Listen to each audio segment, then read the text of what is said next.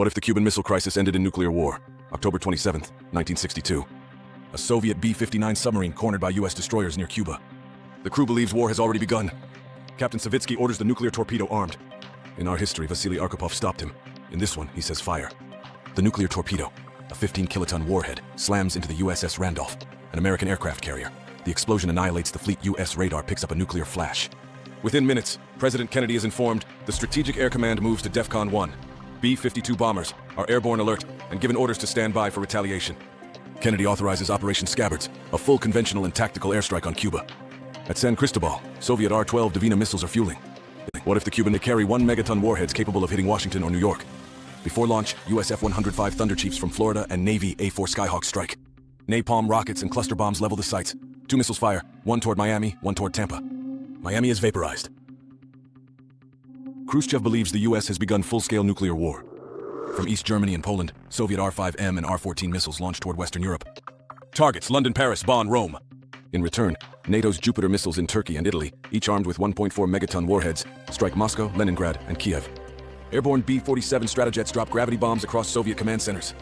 The Warsaw Pact ceases to exist within 2 hours, and so does most of Western Europe. Now comes the unthinkable. The US ICBMs what if the Cubans launch from silos across Kansas and Colorado, targeting Soviet missile fields and cities. The USSR responds with R-7A Semyorka ICBMs, primitive but devastating, arcing over the Arctic toward Chicago, New York, and Washington.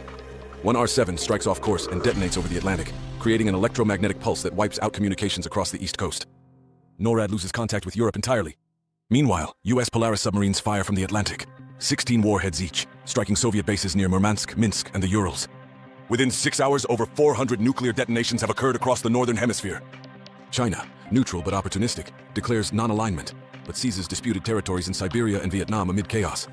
France's force de frappe prepares. What if the Cubans disputed territories in Siberia and Vietnam amid chaos?